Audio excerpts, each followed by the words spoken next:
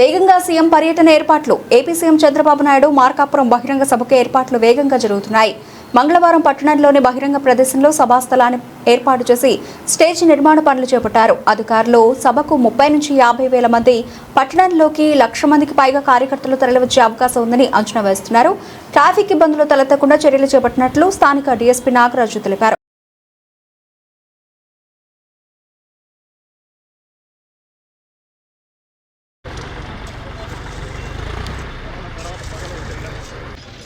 కాబట్టి హెలిప్యాడ్ సంబంధించి అది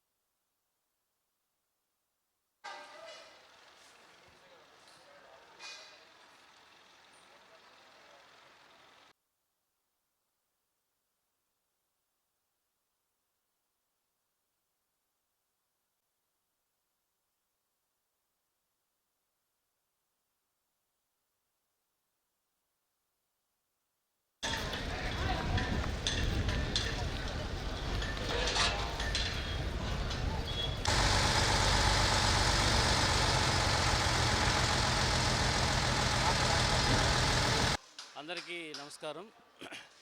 రేపు 25 ఫిబ్రవరి గౌరవ ముఖ్యమంత్రి వర్యులు శ్రీ నారా చంద్రబాబు నాయుడు గారు రేపు మార్కాపురం జిల్లా విచ్చేస్తున్నారు.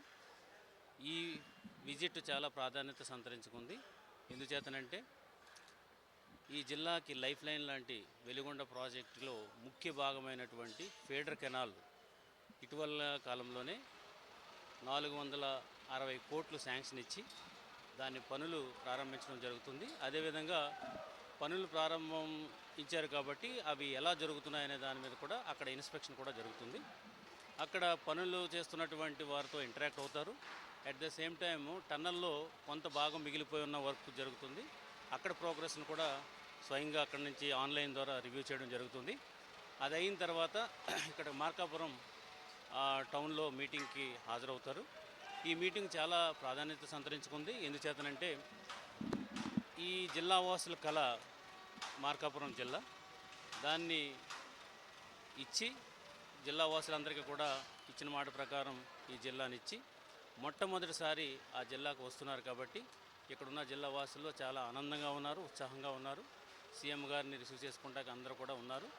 వేల సంఖ్యలో రావడానికి ఈ మీటింగ్ రావడానికి సిద్ధంగా ఉన్నారు.